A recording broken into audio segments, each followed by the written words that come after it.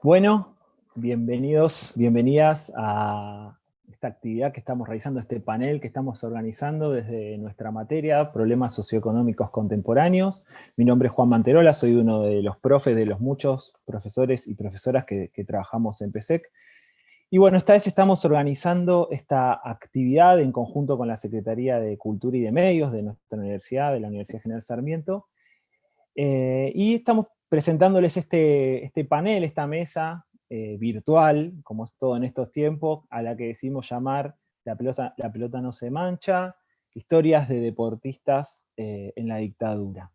Tenemos un panel de lujo, estamos muy felices, muy contentos y contentas de poder llevar adelante esta actividad, la esperamos mucho, tuvimos ganas de hacerla a principio de año, y bueno, nos agarró la cuarentena, la pandemia en marzo, y tuvimos que ir posponiéndola, y bueno, ahora la estamos reflotando para arrancar este segundo semestre en la universidad. Les quiero contar primero, antes de dar la palabra y no hacerla muy, muy larga mi presentación, esta es una actividad que solemos organizar desde PSEC, en la cual vamos trabajando algunos temas que están vinculados con la materia, especialmente con la temática de derechos humanos, y la idea es abordar desde otro lugar, pensar desde otros temas, otras problemáticas, y desde otros tipos de actividades. A veces hacemos cine debate, a veces hacemos alguna muestra, una charla como esta ocasión, tratando de tocar distintos temas que a veces por cuestiones de tiempo, de programa, del recorte propio que tenemos para hacer en la materia, no podemos llegar a trabajar. Y bueno, este año dijimos, bueno, ¿por qué no trabajamos dictadura y deporte? Y se nos ocurrió, bueno, convocar a estos compañeros y compañeras que nos van a estar hablando y dirigiéndose a ustedes hoy. Así que, sin mucha más presentación, agradeciendo obviamente a todo el equipo de PSEC que trabajó y a todo el equipo de la Secretaría de Cultura y de Medios de la universidad que nos ayudaron en esta apuesta. Vamos a arrancar con la presentación. En primera instancia le vamos a dar, aclaro que van a exponer los y las panelistas, y después al final vamos a dejar un ratito para preguntas que pueden ir escribiendo ahí en el chat. Yo voy a tratar como pueda de ir anotando algunas preguntas, y después se las vamos a volcar para que puedan responder también, además de la exposición que nos hagan. Bueno, ahora sí, hecha esta presentación, le damos la bienvenida a Yelén Pujol. Muy bienvenida a Yelén, para que creo que te puedo desmutear yo. Podés desmutearte vos. Ahí va. Ahí estamos. Ayelén es periodista, creo que estudió también trabajo social. Ayelén, ¿puede ser? Sí, pero abandoné. Abandonaste, ok. No terminé. No terminé. Muy bien. No lo hagan en sus casas. No mal ejemplo, pero no importa, puede pasar. Mira, después todo lo que pasó en el medio. Ella es autora de un libro muy, muy importante que se llama ¿Qué es jugadora? Historia del fútbol femenino del último siglo. Un libro que recomiendo. También escribe en distintos diarios, ahora está escribiendo en Página 12, después nos puede contar si está escribiendo en algún lugar más, está en Radio Provincia. Bueno, no, creo que ella ya se puede presentar sola, la dejamos y la disfrutamos. Gracias. Bueno, gracias por la invitación. Estoy muy nerviosa porque, bueno, nada, la verdad que me toca compartir esta mesa virtual con dos compañeros a los que respeto y quiero mucho. Con Claudio Gómez trabajamos 7 años juntos en redacción. Y bueno, a Claudio Morresi, obviamente que yo ya lo conozco desde antes de conocerlo personalmente y ya lo admiraba, así que siempre es un placer compartir espacio.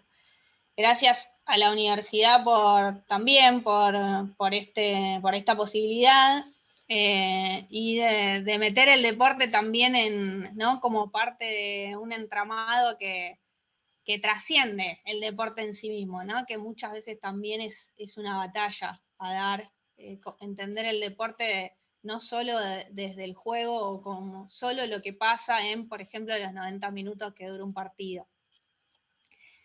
Yo voy a hablar un poquito seguramente los Claudios van a profundizar en lo que fue la última dictadura y el Mundial de Fútbol, o bueno, lo que pasó con el equipo de rugby en La Plata y demás. Yo desde hace unos años vengo trabajando sobre el fútbol femenino y sobre la historia de las mujeres y diversidades que juegan al fútbol como una historia olvidada, ¿no? Una historia que desde el inicio, desde el surgimiento, estaba en la papelera de reciclaje, o ahí quisieron tenerla siempre. Me parece que en ese sentido lo voy a comparar con el disparador de la charla, ¿no? Mónica Santino, que es una referencia en lo que fútbol y feminismo vienen ahora, sobre todo a unirse con más fuerza, ¿no? Una compañera que es directora técnica, profesora de educación física, ¿no? Referente de la nuestra en la Villa 31. Me dijo una vez que ¿qué pasa cuando a los pueblos le quieren borrar la memoria? ¿No? Como la historia, de dónde vienen, ¿no? Cómo se llegó hasta cierto lugar. Y creo que nosotros y nosotras sabemos de qué se trata eso, ¿no? De qué quieren hacer cuando un pueblo lo quieren dormido. Precisamente es atacar la memoria. Tenemos, ¿no? Bueno, de hecho vemos o defendemos esta cuestión, incluso en nuestros tiempos y sobre todo en los últimos 4 años, ¿no? Con la discusión con reforzar el Son 30.000 como una bandera. En el fútbol quisieron borrarnos nuestra memoria. Claramente, la historia del fútbol que cuentan los manuales es la historia protagonizada por varones, ¿no? La historia que, bueno, en mi caso yo estudié periodismo deportivo y rendíamos exámenes sobre grandes equipos, ídolos del deporte, ¿no? Entrenadores que modificaron el juego en cómo se veía y demás, pero nosotras no estábamos. Entonces, el disparador un poco, cuando empecé a escribir qué jugadora, fue ese, ¿no? ¿De dónde venimos las mujeres futbolistas? ¿Desde cuándo jugamos al fútbol? ¿Cuáles fueron nuestras canchas sagradas? ¿Cuáles fueron nuestras epopeyas? En ese recorrido, el primer registro de mujeres jugando al fútbol en nuestro país data de 1913, el 5 de octubre en la ciudad de Rosario.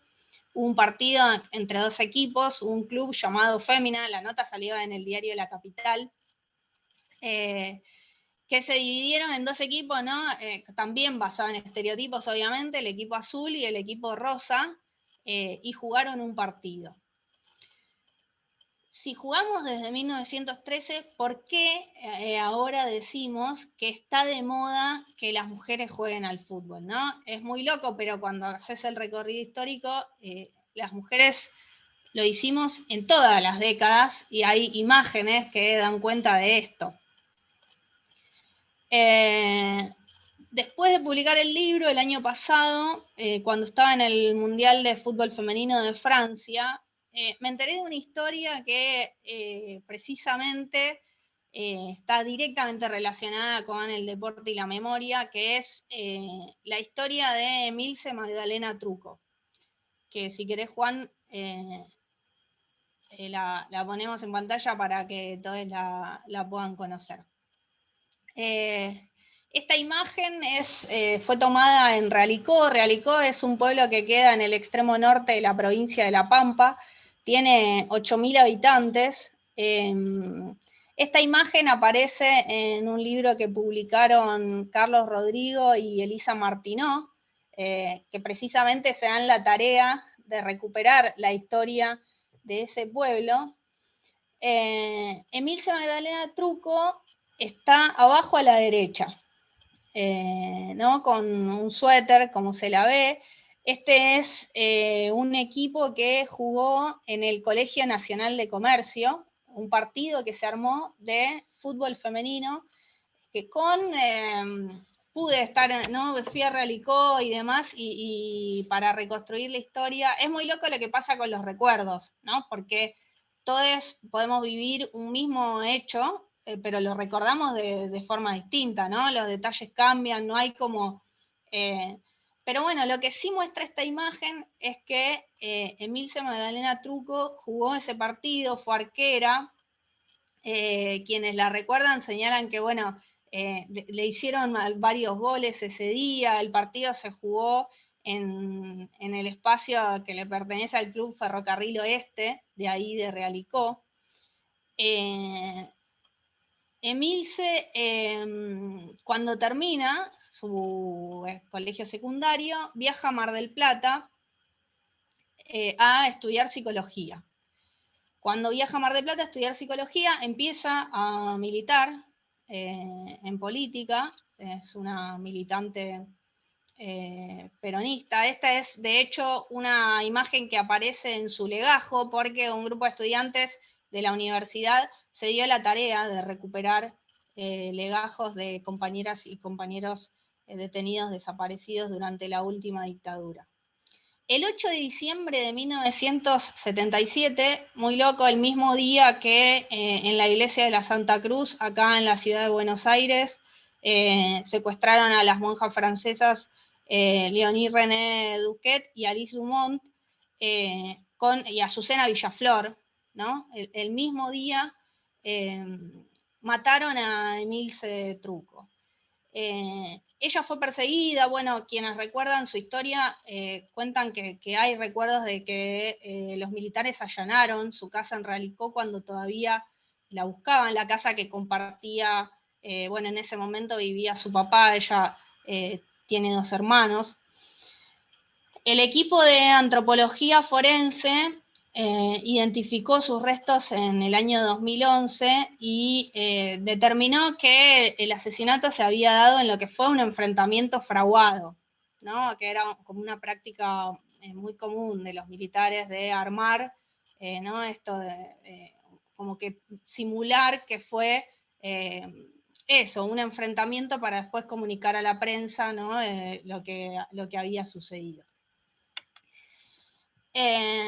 Emilce es hasta ahora en esta reconstrucción de nuestras memorias y de nuestra historia en el fútbol femenino, la única futbolista que conocemos que fue o que estuvo, que fue detenida desaparecida durante la última dictadura.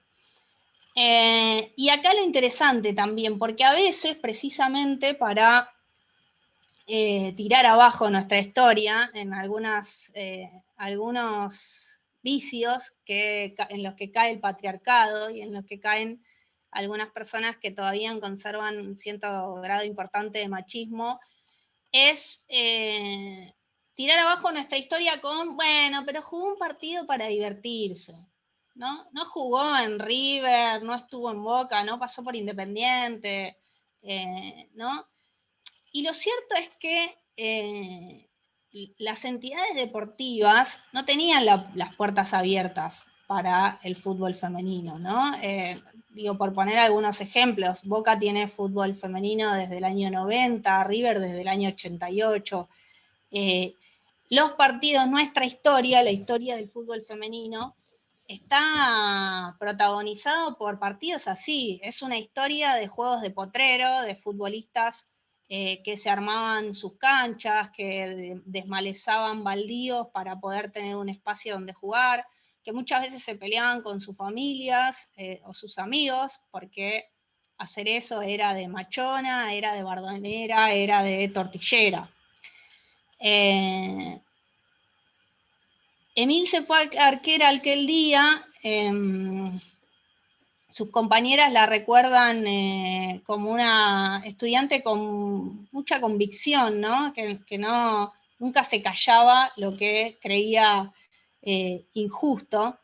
Aquel partido lo jugaron, no me acuerdo si ya lo dije o no, pero para juntar plata para el viaje de egresados. Y la pregunta es, bueno, también en esta reconstrucción y en esta reparación histórica, que considero que es la recuperación de la historia de las mujeres deportistas y sobre todo de las mujeres futbolistas, es cuántas Emilce nos falta conocer, ¿no? Para también poder construir nuestras idolatrías, que es una tarea que nos cuesta, ¿no? Porque precisamente la historia que nos contaron es la de los varones, Y claro, pegábamos pósters de ídolos porque no conocíamos a quienes jugaban al fútbol. En Realicó cuesta que los 24 de marzo se transformen en un día, por ejemplo, de recuerdo, ¿no? De poner ahí sobre la mesa la memoria. Creo que tenés una imagen en la estación de trenes del pueblo. Ahí aparecen Carlos Rodrigo y Elisa Martinó, que son los autores de ese libro que tiene la historia de Emilce, y que son quienes, junto a la escultora Angélica Gondián y Quique Marsari, militantes, salen los 24 de marzo a recuperar la memoria de los 3 desaparecidos del pueblo. Entre esos 3 está Emilce Magdalena Truco, que nació el 18 de abril de 1954, que tiene un barrio con su nombre en el pueblo, aunque no haya un cartel que lo indique, por lo cual hay muchas personas que viven ahí que tampoco saben quién fue, y que jugó al fútbol como parte de un sueño de la vida, ¿no? De uno de los tantos deseos, como después fue también la pelea por un país más justo. Entre esas historias, entre todas esas historias que el patriarcado nos escondió, nos ocultó, está la de la selección que en 1971 jugó un mundial en Inglaterra, y voy cerrando, vos tocas, que me suene la chicharra, Juan, si me estoy pasando. Que bueno, la primera selección argentina que le gana a Inglaterra en un mundial estuvo integrada por mujeres, ¿no? Todos y todas hablamos de Diego Maradona, ¿no? Y de la mano de Dios y del gol del siglo, pero 15 años antes se jugó un mundial en el Estadio Azteca, en México también, y una barrileta cósmica que tenía la 10 y era zurda, se llama Elba Selva, hizo 4 goles para que esa selección ganara 4-1.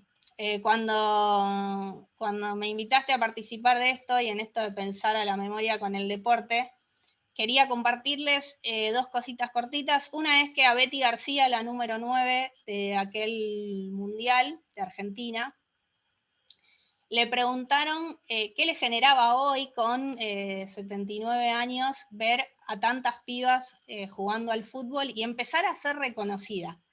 Y contestaba esto.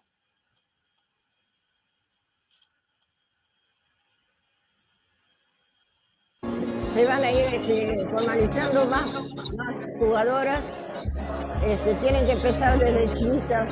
He visto que hay equipos que tienen ya equipos de jugadoras de 7, 8, 10 años, y esas son las futuras jugadoras.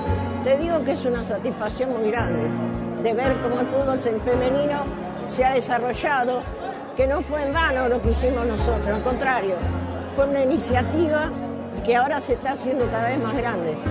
Hoy, por ejemplo, ver todas estas chicas que juegan es una inmensa alegría, porque imagínate, antes no veías esto. Ahora llegas a un lugar y ves 7, 8, 9, 10 equipos, y antes no había eso. A mí, la verdad, es una satisfacción estar entre medio de todas estas chicas, me vuelve loca esto.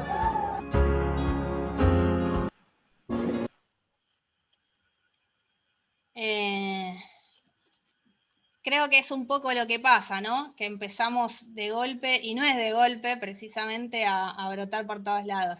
Quería cerrar en esta, para hablar de memoria, de reparación histórica y demás, con un video que hizo una compañera, precisamente, seguro la van a recordar porque fue una publicidad futbolera muy conocida, pero está deconstruida, y explica un poco qué hubiera pasado si hubiéramos conocido nuestra historia, cómo serían las publicidades, y si hubiéramos conocido también lo que pasó con Emilce Magdalena Truco.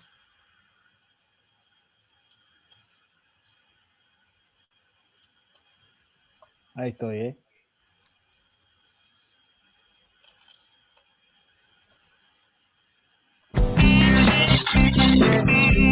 Eran otros tiempos, Era otra la historia, no había medallas, solo hambre de gloria.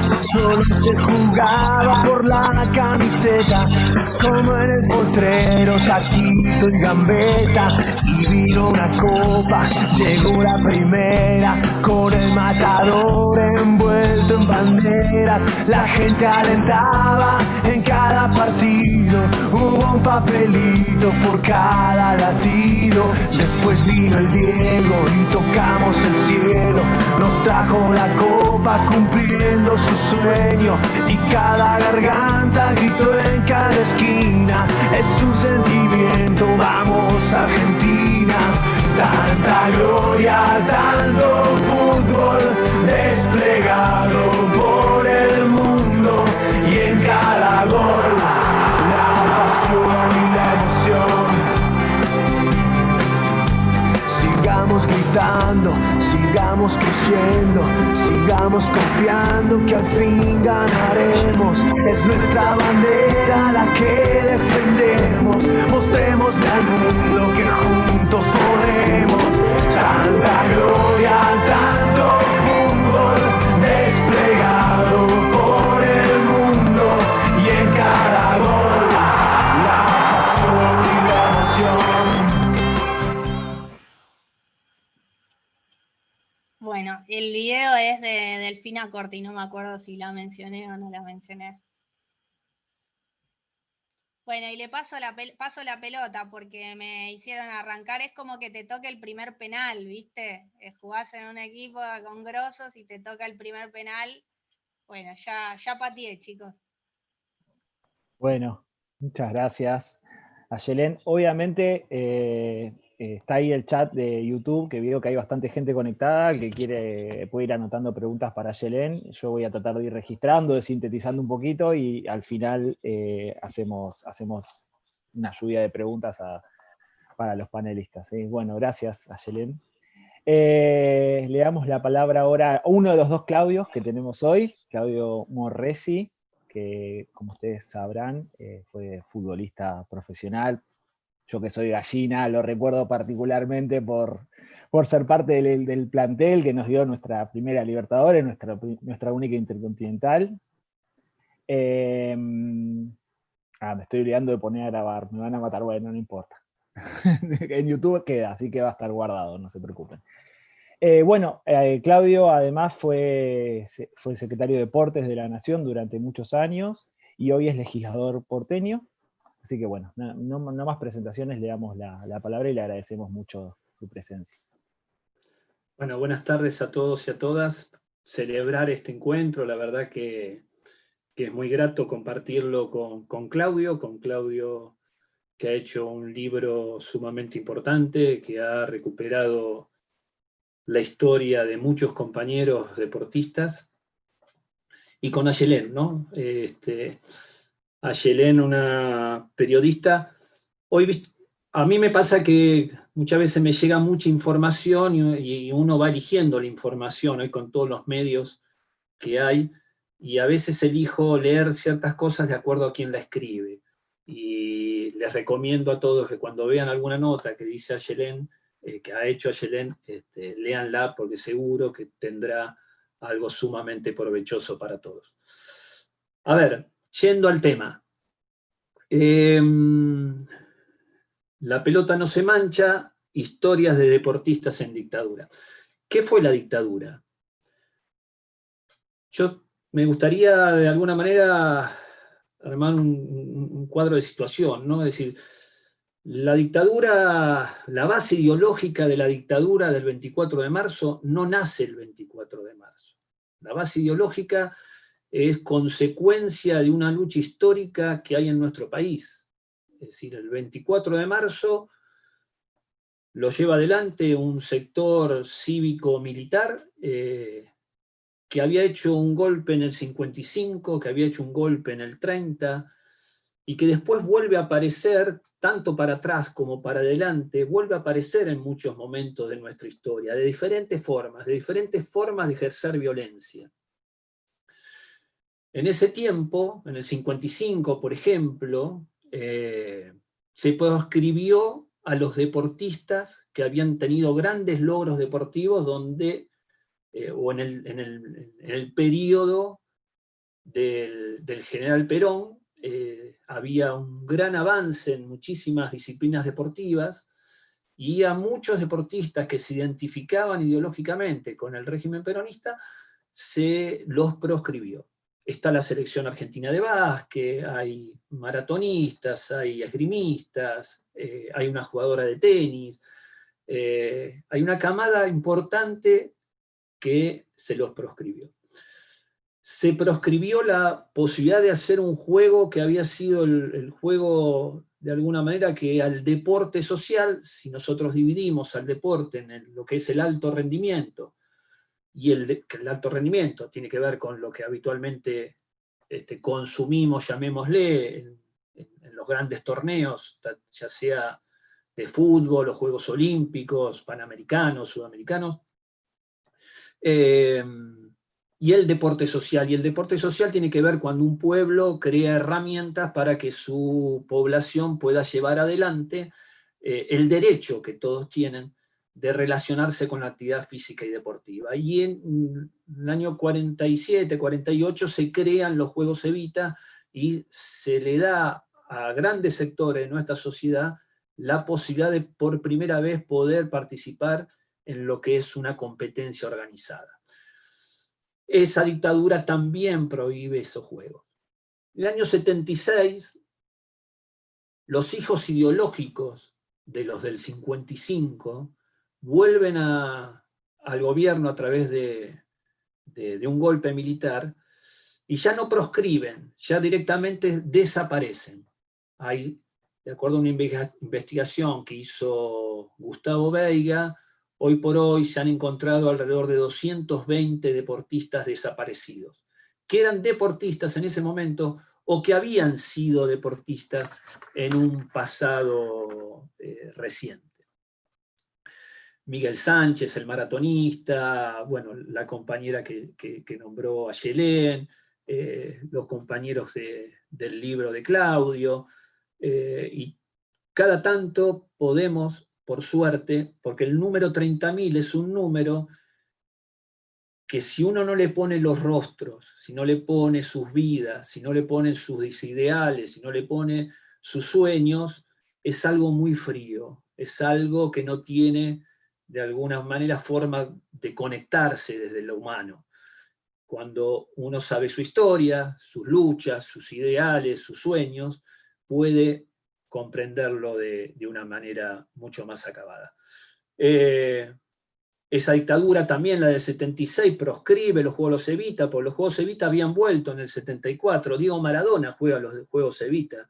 Pocos saben que Diego Maradona pierde una final en Córdoba. Es más, le atajan un penal en la final, en la semifinal, que pierde contra un equipo de Pinto, Santiago del Estero.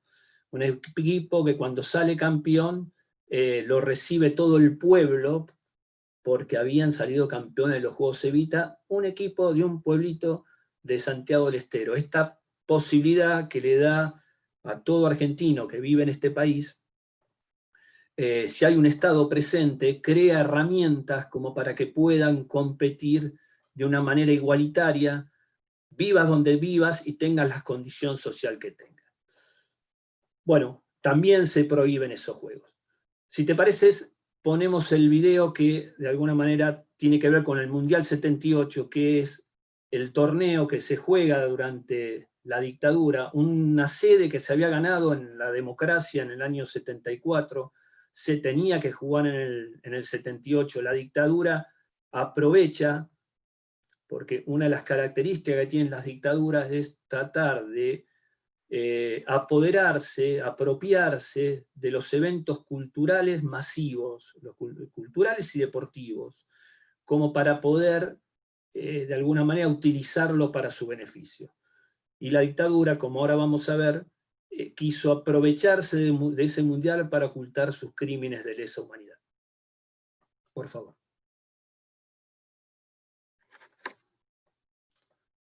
Se acerca al área, va a entrar dentro del área, se lo llevó, entró Bertoni, tiró, ¡gol, gol, gol!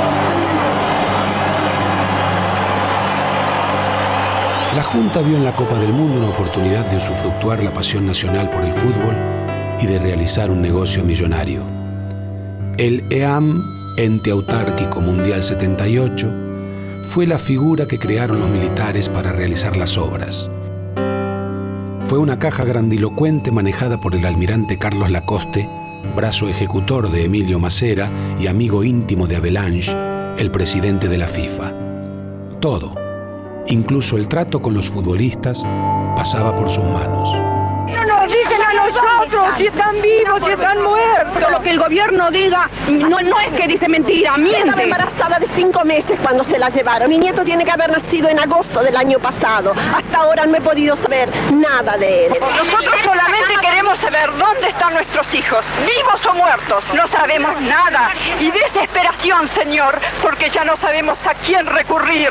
Consulados, embajadas, ministerios, iglesias, todas partes se nos han cerrado, todas partes se nos han cerrado las puertas. Por eso les rogamos a ustedes, son nuestra última esperanza. Por favor, ayúdennos. Es un día de júbilo para nuestro país. Por ello, pido a Dios nuestro Señor que este evento sea realmente una contribución para afirmar la paz. Eran las 3 de la tarde del 1 de junio de 1978 y Buenos Aires se había convertido en el escenario de un espectáculo internacional. La fiesta inaugural en el Estadio Monumental de River Plate sería la primera muestra de que en la Argentina, supuestamente, se vivía en paz. Paradójicamente, era un jueves. Y mientras la totalidad de los medios nacionales y la mayor parte de los internacionales difundían el evento, la televisión holandesa se salió del libreto y por las pantallas de ese país se pudo ver la ronda de las madres en la Plaza de Mayo, en directo por televisión y observada por el mundo. El 25 de junio de 1978, ante un monumental repleto, Argentina enfrentó a Holanda. Fue un partido duro donde Argentina impuso su fortaleza física y tuvo en tiempo suplementario a un jugador superlativo, Mario Alberto Kempes. Argentina se consagraba campeón del mundo por primera vez en su historia. La historia todavía busca responderse muchas preguntas. Entre ellas, ¿qué fueron esos 25 días para Argentina, donde derechos humanos y fútbol caminaron de la mano como nunca antes y como nunca después? Esa combinación de euforia colectiva con las madres pidiendo por sus hijos en la plaza y los dictadores festejando el gol de Bertoni en un arco situado a 800 metros de donde se torturaban a las víctimas y a 500 de donde las arrojaban al río. Esa sensación de haber vivido un acontecimiento en el lugar justo, pero en el momento equivocado. Esa mezcla eterna de gloria y dolor.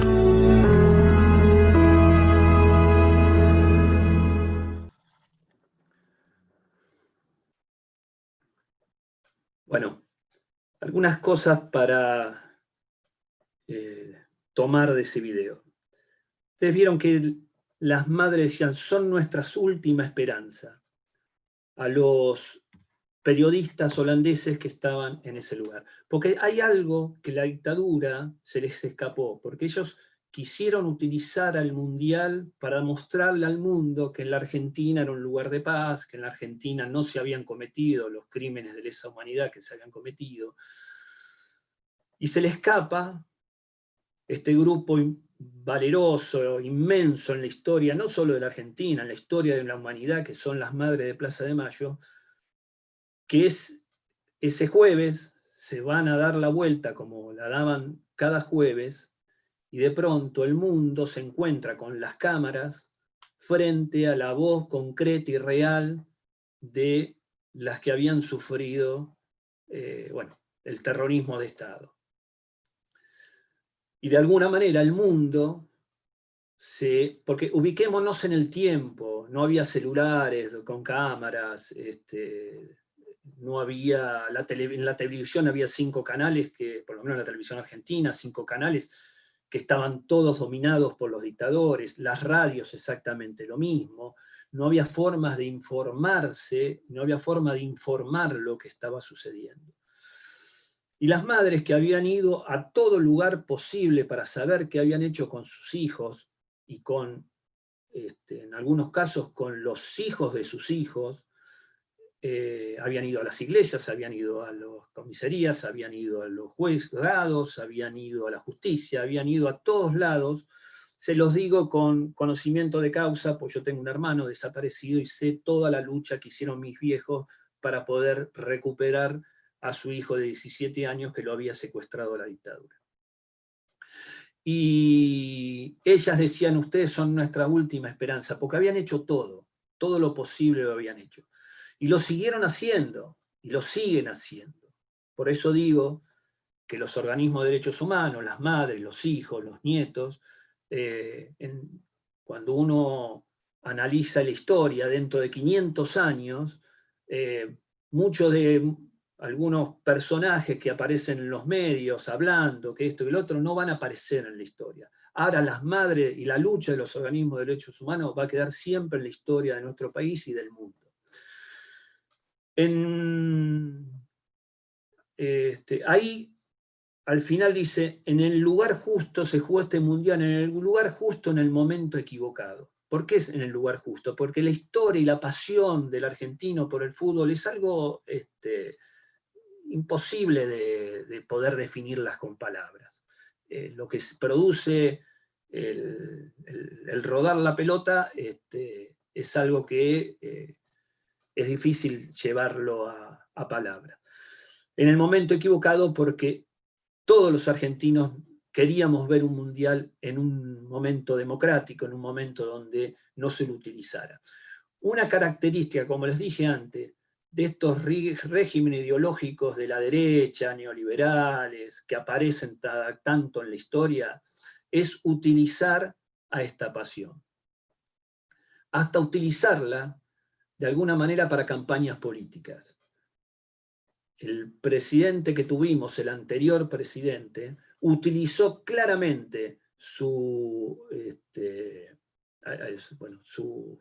pasado por la presidencia de Boca Juniors para ir a ganar una jefatura de gobierno en la ciudad y después para trasladarse para ser un presidente en una etapa democrática, pero utilizó, como utilizó la dictadura del 78, algunas cosas.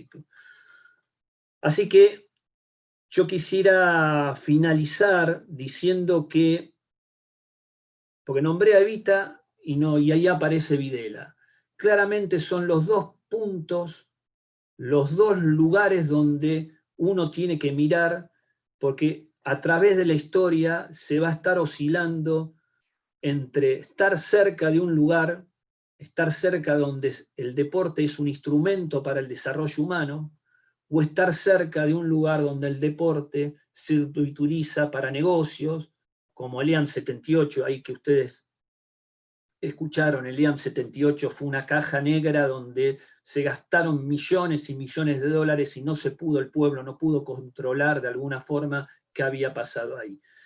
Algo similar pasó en los Juegos Olímpicos de la Juventud en el 2018.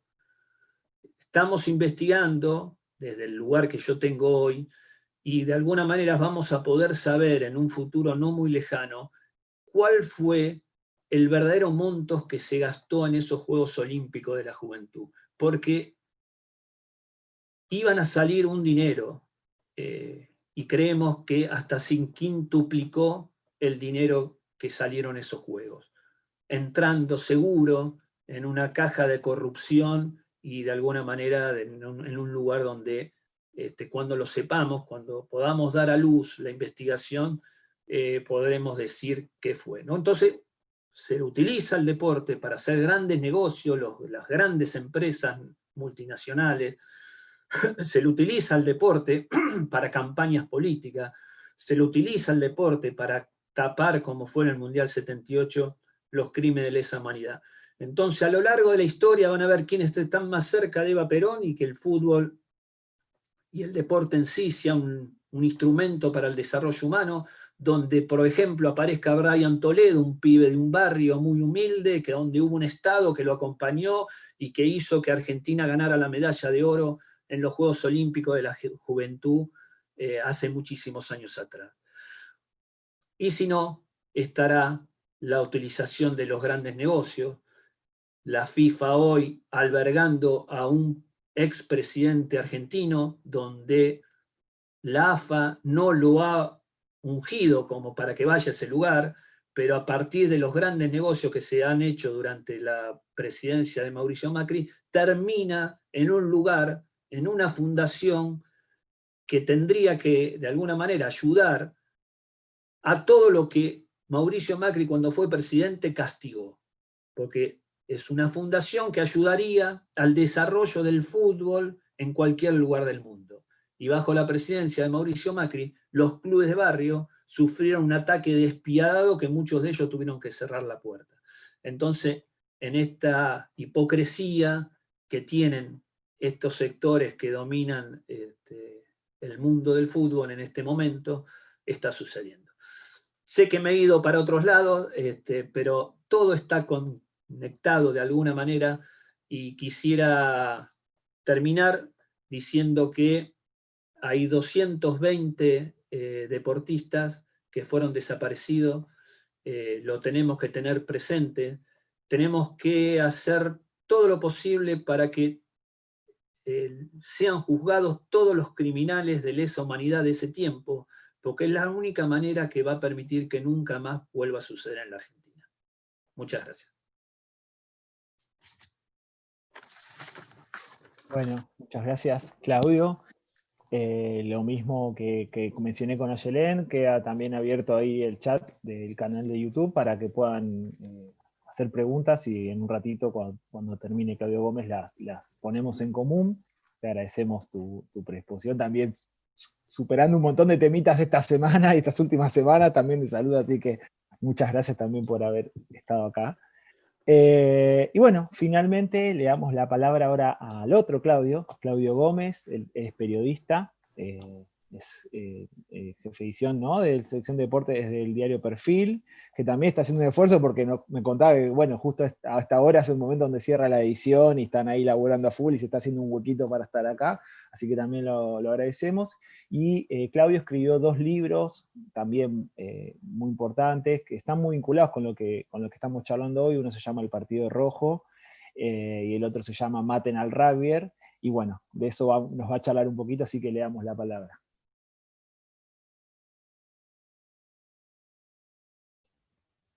Bueno, gracias Juan y a toda la universidad por la invitación. Es un placer compartir esta charla con Ayelén y con Claudio. Y vamos a hablar de rugby, ¿no? Dictadura, deporte y rugby. Y suena un poco raro, ¿no? Porque seguramente a la mayoría nos pasa que cuando pensamos en el rugby, pensamos en el CASI, pensamos en el SIC, pensamos en muchachos musculosos, pensamos en un episodio muy reciente, de 10 jugadores de rugby que patotean a un pibe y lo matan, ¿no? Pensamos en episodios que no suelen estar relacionados con el espíritu de lo que era la militancia en la década del 70, ¿no? Bueno, este mismo prejuicio lo tenía yo cuando empecé a investigar de lo que después desembocó en el libro Maten al Rugby.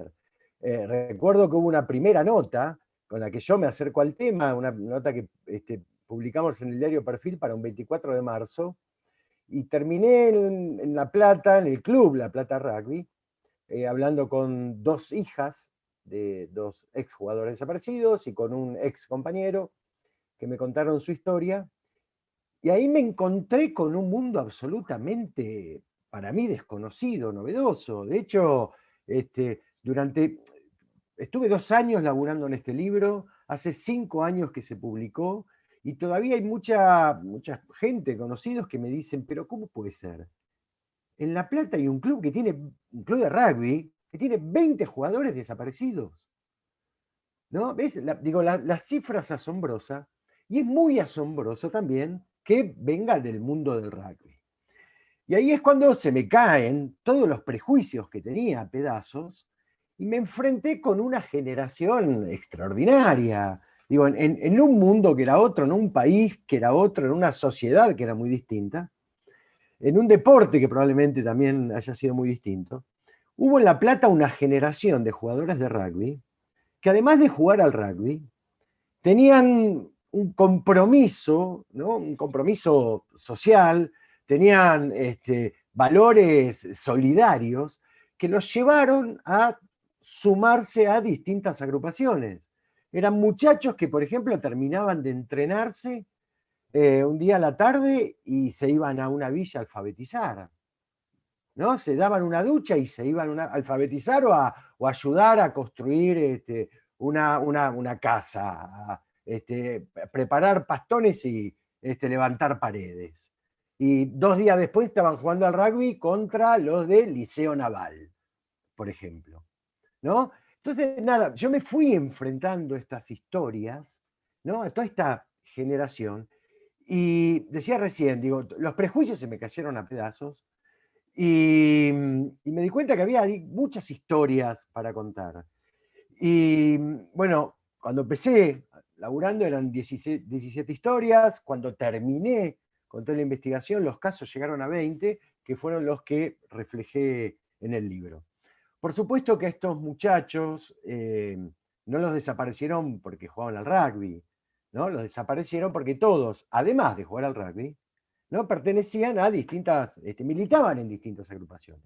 La mayoría en Montoneros y ERP, ¿sí? Algunos, cuando los asesinan o desaparecen, estaban jugando al rugby. Otros ya habían dejado la práctica del deporte precisamente por su militancia, ¿no? Hay, por ejemplo, 3 jugadores que ya estaban, que eran platenses, por supuesto, y se habían, hacía unos meses, mudado a Mar del Plata, porque estaban clandestinos, y nada, los secuestran a Mar del Plata, están los 3, por supuesto, desaparecidos, ¿sí? Pero bueno, nada, fue, digo, para mí, de la misma manera que muchos de ustedes seguramente se estarán sorprendiendo, ¿no? Cómo puede ser que se pueda vincular de una manera tan directa al rugby con las víctimas de la dictadura. Eso mismo me pasó a mí hace 10 años y estos prejuicios se fueron descascarando. Recién Claudio decía, hay más de 200 deportistas desaparecidos, según Gustavo Veiga, que es el periodista que más se dedica y se aboca a esto de hacer notas y llevar de alguna manera las cifras y las estadísticas de los deportistas desaparecidos. La cifra anda por los 240 más o menos, de los cuales 150 jugaban al rugby. El 60-70% de los deportistas desaparecidos eran jugadores de rugby. Digo, ahí hay un cruce muy asombroso, muy curioso, muy particular, que tiene que ver precisamente con esos años, esa primera mitad de la década del 70, y tiene que ver, en el caso particular del que estoy hablando, tiene que ver con La Plata también, ¿no? Digo, de acuerdo a la investigación que hice para el libro, y de acuerdo a datos que crucé que tenía que ver con cantidad de habitantes y víctimas, llegué a la conclusión de que La Plata durante la dictadura, es la ciudad con mayor cantidad de víctimas y con mayor cantidad de centros clandestinos, ¿no? De acuerdo a las víctimas de manera proporcional con la cantidad de habitantes. Bien, digo, no es casual que la Noche de los Lápices haya sido La Plata, no es casual que Eve sea La Plata, no es casual que Estela sea La Plata. Digo, Abuela de Plaza de Mayo tuvo 3 presidentas en su historia, las 3 fueron de La Plata. Bien, se podría decir que de alguna manera a La Plata la arrasaron.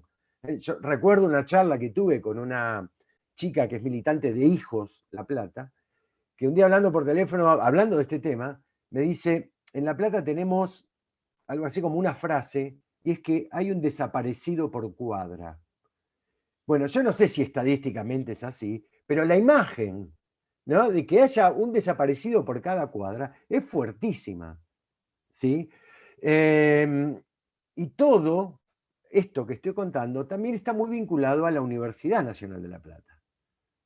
Bien, todos los jugadores cuyas historias conté en el libro, estaban estudiando o habían estudiado, muchos se habían recibido, otros habían dejado la carrera por la mitad, en la Universidad Nacional de La Plata, que es una universidad que concentra además no solo estudiantes platenses, sino de distintas provincias del interior de la Argentina. Y bueno, leyendo, investigando, hablando con exalumnos, digo, la película que a mí me quedó de la Universidad de La Plata, de esos años, era que vos entrabas a la universidad y la militancia te llevaba puesto, ¿no? Era prácticamente, no había alternativa, digo, todo el mundo tenía un grado de participación y compromiso tal, ¿no? Que prácticamente no había plan B. En todo caso se podía discutir en qué agrupación militar. En todo caso se podía discutir, bueno, me sumo a determinada agrupación y hasta dónde, hasta dónde doy, ¿no? Pero en definitiva eso de comprometerse, sumarse, participar, era absolutamente cotidiano en esos años platenses.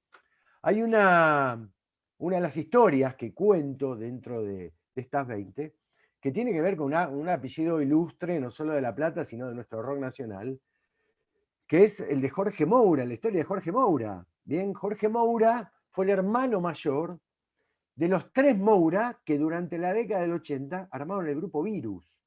Bien, Federico Moura, que era la voz, el líder y el tipo más carismático de la banda, Julio y Marcelo, sus hermanos. Bueno, ellos 3 tuvieron un hermano mayor que está desaparecido y formaba también, por supuesto, parte de La Plata Rugby Club, y volqué, digo, en el libro la historia de Jorge. Recuerdo que para reconstruir la historia de Jorge hablé con Marcelo Moura, uno de los que siguió con el grupo Virus, y con Belia, la madre, que en ese momento tenía 80 y pico de años, ya debe andar por los 90. La fui a ver en un departamento en Palermo, donde vivía. Años después se mudó a Citibel, donde vive otro de los hijos y sus hijas. Y fue muy fuerte, porque yo estaba hablando con esa mujer que tenía 80 y pico de años, y me hablaba de su hijo desaparecido en los 70, y me hablaba de su otro hijo muerto de SIDA en los 80. Muerto por el SIDA en los 80.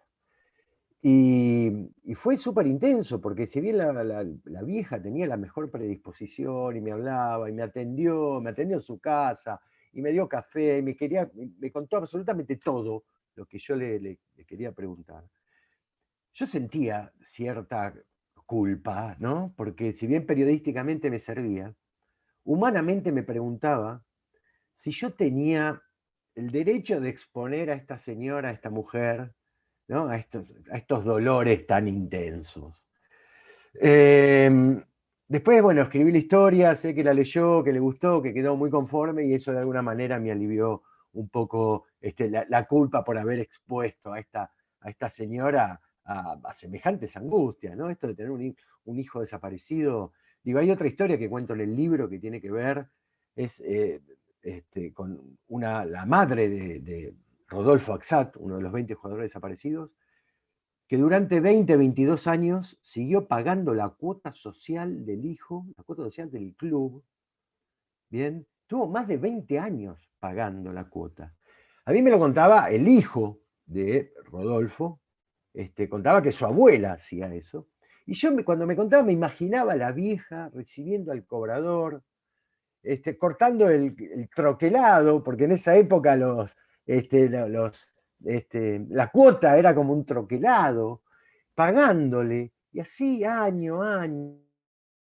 Y la vieja decía, no, si Rodolfo vuelve tiene que ser socio de La Plata Rugby. Él tenía que mantener su condición de socio. Y hablé con una hija que me confesó en un momento que ella tiene, la hija de Santiago Sánchez Viamonte, Verónica, que ella tiene recuerdos inventados de su padre. Yo, ¿cómo recuerdos inventados? Me dice, sí, porque cuando se llevaron a mi papá y a mi mamá, yo tenía 2 años, y la verdad que no, 2, 3 años, la verdad que no recuerdo nada. Y yo después con el tiempo me fui inventando recuerdos. ¿Y por qué me di cuenta? Porque me dice, yo por ejemplo, tengo el recuerdo que mi papá me llevaba moto al jardín. Y averigué, mi papá nunca tuvo moto. Y así algunas historias. Y me dice, y yo sé que son inventados. Dice, pero no me los toques porque es lo único que tengo de mi viejo. Entonces, digo, es muy fuerte enfrentarte a estas historias. Por eso yo cuando escribí el libro, resolví no contar solo la historia de las 20 víctimas directas de la dictadura, que fueron estos 20 jugadores de La Plata Rugby, sino que también decidí contar la historia de su entorno, de sus familiares. ¿Qué le pasa hoy a una madre? ¿Qué le pasa hoy a una hija? ¿Qué le pasa hoy a un hermano y un amigo? Bien, porque está claro que la dictadura no terminó en el 83 para esa madre que estuvo 20 años pagando la cuota. Está claro que la dictadura no terminó en el 83 para esta hija que se inventó recuerdos y sabe que se los inventó, pero para ella son intocables. Bien, todavía hay secuelas y ese fue uno de los grandes temas que a mí me interesó volcar en el libro. Bien, hubo 7 años de horror. En el caso de La Plata Rugby fueron 2, porque las 20 desapariciones ocurrieron durante 2 años. Pero en el país hubo 7 años de horror, cuyas secuelas todavía seguimos pagando. Bien, y me gustaría, ya para ir cerrando, Juan, que muestres la foto que te pasé, si es posible. Vemos ahí, hay 8 jugadores. Esta foto es del 73. Un equipo de Seven que había hecho una gran campaña, y un equipo que pintaba para hacer una gran base para un equipo muy competitivo de La Plata Rugby. De estos 8 jugadores, esta es la foto más emblemática de este tema, de estos 8 jugadores que vemos ahora en esta pantalla, hay 3 que están desaparecidos. De 8, 3 desaparecidos. El de arriba, en el medio, ese muchacho de pelo largo, Mariano Montequín, está desaparecido. El que está debajo de él, en el medio, Otilio Pascua, está desaparecido. El que está a su derecha, con el pelo así medio para el costado, Santiago Sánchez Viamonte, está desaparecido. Bien, bueno, a esta generación deportiva de La Plata Rugby la diezmaron. Bien, el club tuvo que esperar 20 años, recién en el año 95, para salir campeón. ¿Sí? Y en el club, por supuesto, hay mucha gente que está convencida de que tuvieron que pasar 20 años, porque esta gran generación que en el 73 había armado esta gran base, había sido de alguna manera diezmada. Y me encantaría hablar mucho más tiempo, pero prefiero Juan, en todo caso, disponernos a las preguntas de aquellos que estén escuchando y que tengan la inquietud o el interés de consultarnos algo. Bueno, muchas gracias, Claudio. Gracias al Estrés por sus testimonios, por lo que nos estuvieron contando. Si les parece, hacemos rapidito una preguntita a cada uno que fui ahí anotando y así hacemos como un cierre. Empiezo por Ayelén, que fue las primeras preguntas que estuvieron llegando. Me preguntan ahí la gente que está mirando. Te hago una o dos preguntitas juntas. Por un lado, bueno, ¿qué te llevó a escribir este libro? ¿Qué fue lo que te disparó? Y por otro lado, bueno, ¿cómo ves la situación del fútbol femenino hoy en día? En particular preguntan por el conurbano, porque nosotros somos acá del conurbano. Si querés puedes contar un poquito lo de este club, Norita Fútbol Club, para el que no conoce la historia. Así que bueno, por ahí van las preguntas. Bueno, El libro, creo que un poco conté, ¿no? Como las preguntas que me empezaron a circular. Obviamente también una vez que el feminismo me atravesó la vida a mí y a un montón de compañeras, ¿no? ¿Qué es esto? ¿Por qué? Si yo jugaba y hubiera deseado ser futbolista,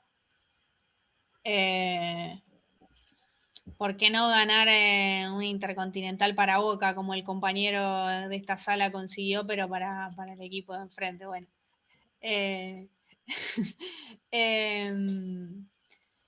No, digo, como por qué si no, eso se cortó, ¿no? ¿Por qué si era mi sueño y después cuando te encontrás con en verdad que era el sueño de tantas, no pudimos concretarlo? ¿Qué pasó? ¿No? ¿Y qué pasó que no conocimos, que no teníamos ídolas, que no las conocíamos? ¿Por qué si estaban no teníamos acceso a todas esas historias? Porque las idolatrías eran solo para varones en el deporte más popular, ¿no?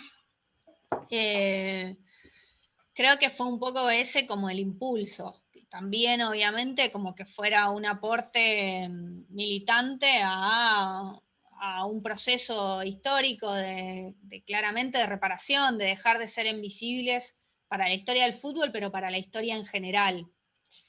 En ese sentido, creo que en el último tiempo, y un poco con lo que preguntaban por el presente del fútbol femenino, creo que estábamos viviendo el mejor momento de la historia, ¿no?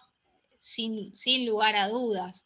Creo que cada vez, como precisamente porque el deporte es una parte de la sociedad, hay un montón de debates que se dan con la potencia de los feminismos en la calle, que llegan a las canchas, ¿no? Y que llegan a los clubes, y que entonces me parece que cada vez hay más espacios para que las futbolistas puedan desarrollarse, que cada vez hay más futbolistas, hinchas, socias, fanáticas, directoras técnicas, árbitras, ¿no? Y digo, cualquiera que pueda ser parte del mundo del fútbol, con conciencia de clase y con conciencia de género, como para comprender que es una lucha que damos juntas, porque de esta sola no sale nadie, ¿no? Como que todo lo que vamos logrando también es colectivamente, ¿no?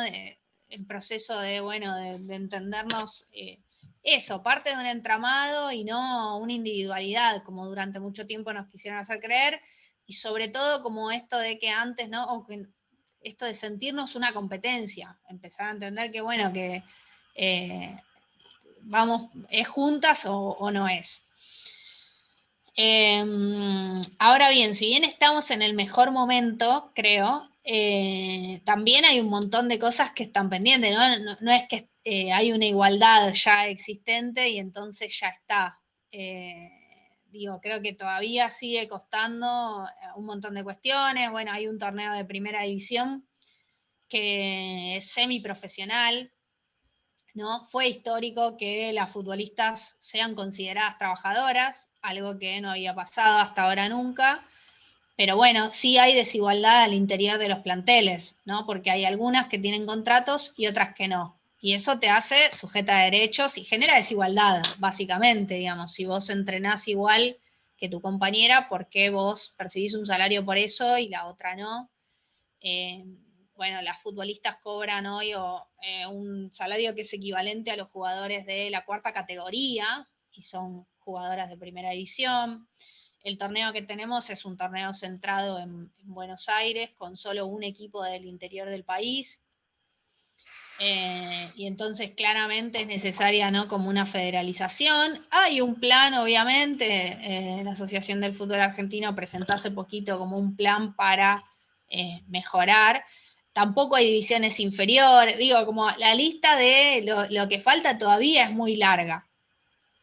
Pero sí, los procesos colectivos van generando transformaciones interesantes. Por ejemplo, la creación de los protocolos contra la violencia de género, la creación de las áreas de género en los clubes, que me parece como fundamental y súper necesaria. A partir de ahí, esto de los protocolos, ¿no? O de la aplicación de la ley Micaela para la capacitación de todos los integrantes de los clubes, como esta búsqueda de tener clubes libres de violencia.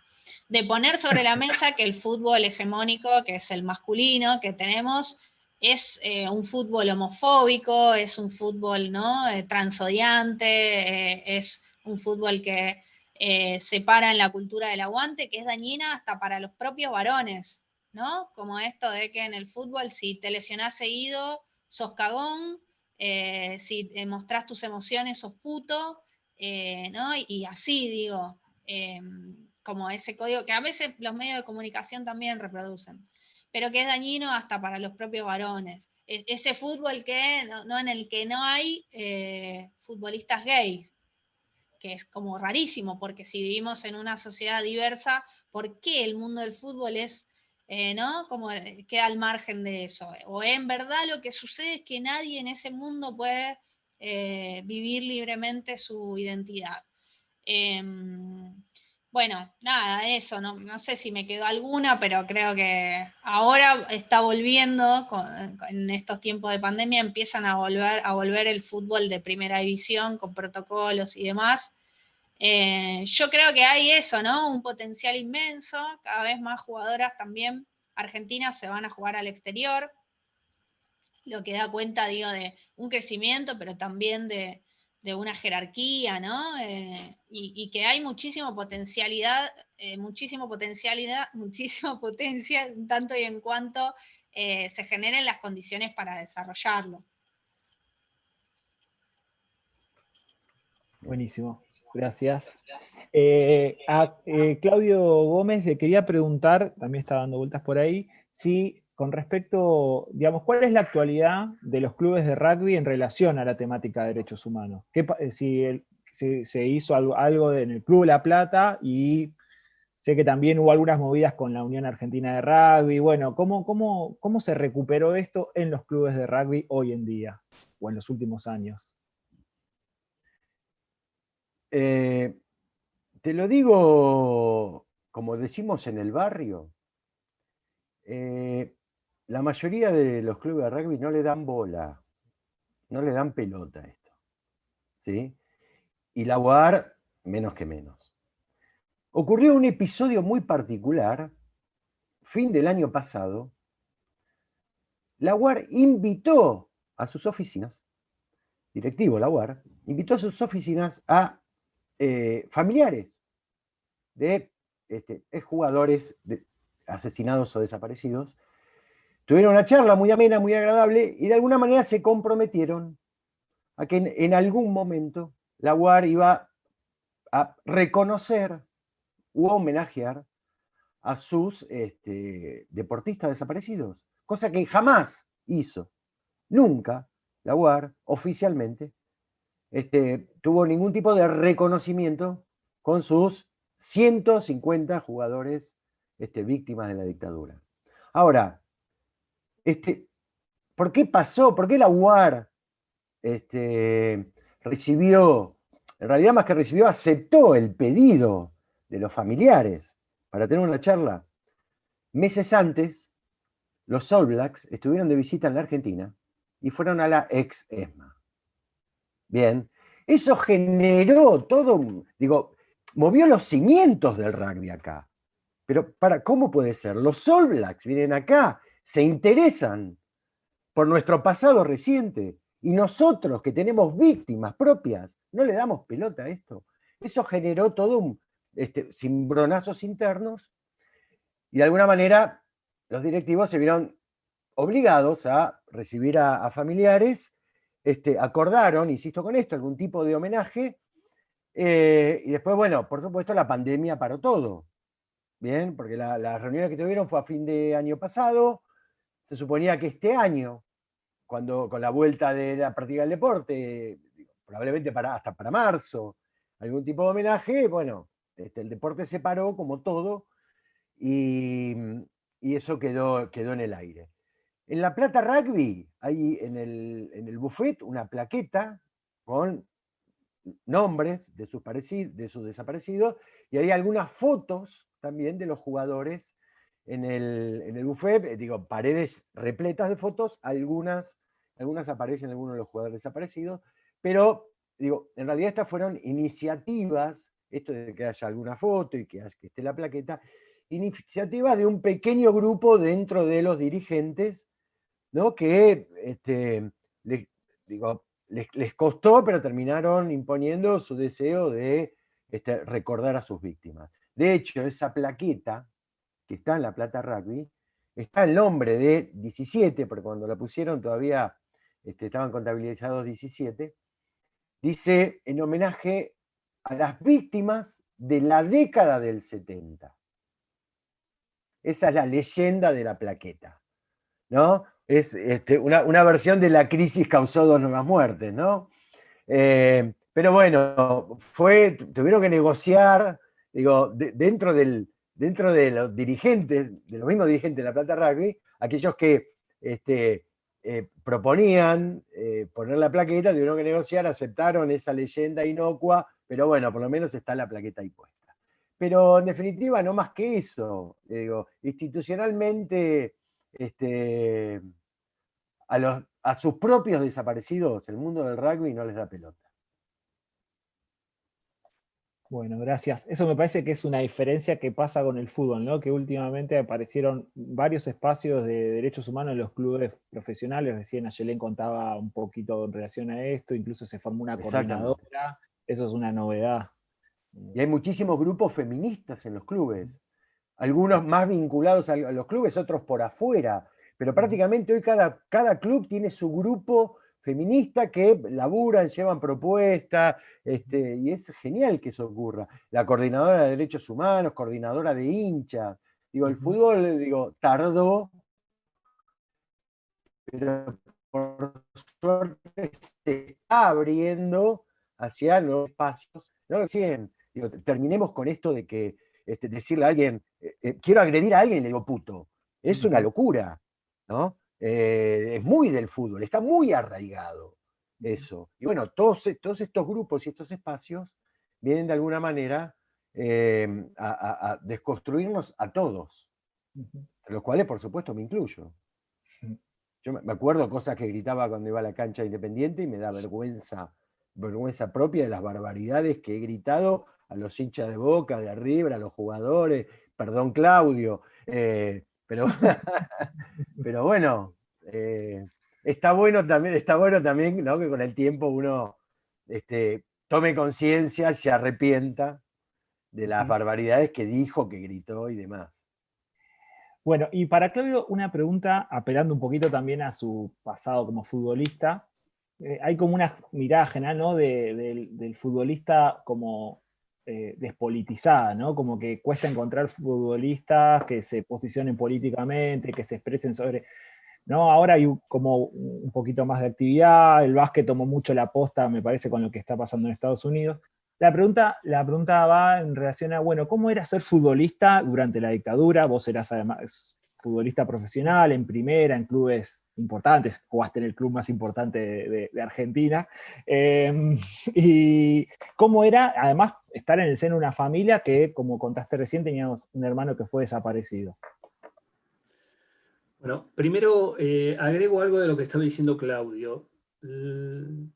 Los diferentes, mira, me acuerdo de la selección de Pasarela, la selección de Bielsa, la selección de Diego Maradona, Lionel Messi, Luciana Aymar, las Leonas, y muchísimos deportistas más acompañaron a la lucha de Abuelas de Plaza de Mayo. El rugby nunca lo hizo. Y nos acercamos en su momento a plantearle esto y nunca respondieron con la intención de acompañar. En esto que yo antes les contaba, ¿no? de una base ideológica y que de alguna manera hay una lucha en nuestro país, en la historia de nuestro país, creo que grandes sectores de la dirigencia del rugby, en el caso también varios jugadores, están mucho más cercanos a ese pensamiento que desgraciadamente todavía tiene cierta preponderancia en nuestro país. ¿Qué pasaban mientras yo jugaba al fútbol? Mirá, para que se den cuenta de lo que era la desinformación y la situación de de que no se conocía algunos casos, o los casos, familiares míos no creían que mi hermano estaba desaparecido. Es decir, era muy difícil si no había era muy difícil creer que a una persona de pronto se la desaparecía, se la llevaba a un centro clandestino, se la torturaba, se le inyectaba en el brazo lo que se llamaba el pentonaval, que era algo que lo adormecía, se lo subía a un camión, se lo llevaba al aeroparque, se lo subía a un avión, se lo sacaba y cuando estaba a ciertas millas se lo tiraba vivo al agua. Como después se supo, las diferentes formas que dinamitaron a algunos compañeros o que enterraron en fosas comunes a otros, asesinándolos de diferentes maneras.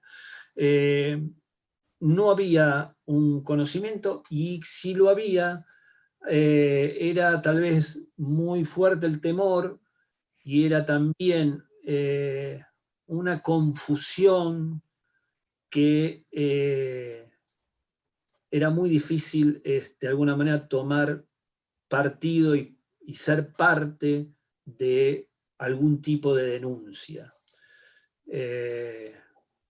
Yo siempre, por más que sea cuestionado algunos que han firmado una solicitada en el año 79, si no me equivoco, o un poquito más tarde, de deportistas y de diferentes personajes de la cultura que firmaron una solicitada que los diarios permitieron sacarla, donde se preguntaba dónde están los desaparecidos y se ponía una lista de miles de personas que habían desaparecido.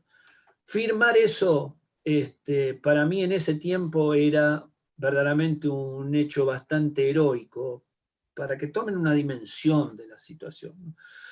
Porque hay que ponerse en el lugar. Uno desde ya que hubiera querido que hubiera más voces que salieran a cuestionar, a criticar, de alguna manera poner en evidencia, pero eso equivalía a la vida, o equivalía a que te tenías que exiliar, o equivalía a que algo te podía pasar.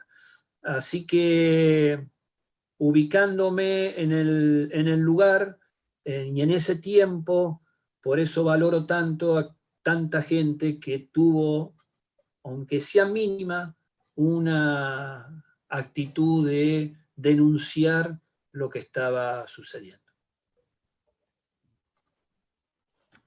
Bueno, gracias. No sé si a alguno o alguna de las tres les quedó algo ahí en el tintero, si no ya vamos a ir cerrando. ¿No? ¿Estamos?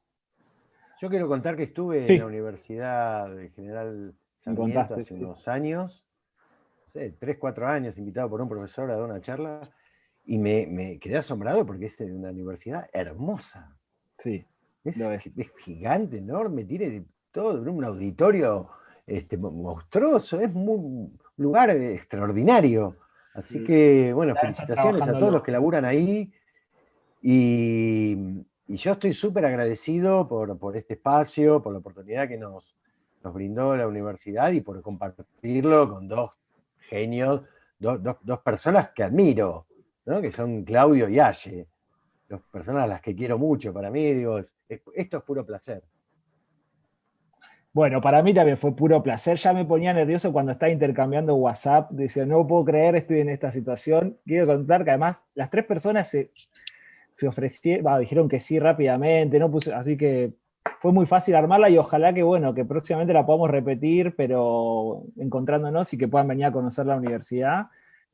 Como decía Claudio, es muy linda, y bueno, ojalá que nos falte oportunidad para eso. Y bueno, muchas gracias a todo el equipo de PSEC, a la Secretaría de Medios y de Cultura, y obviamente a todo el público que estuvo ahí del otro lado, y gracias infinitas, fue un placer enorme para nosotros. La charla va a estar en YouTube, me están recordando, así que va a quedar subida entera, la pueden escuchar y ver más tarde cuando tengan ganas, o volver a ver. Bueno, un abrazo, gracias totales. Gracias a todos. Gracias. Gracias, un abrazo.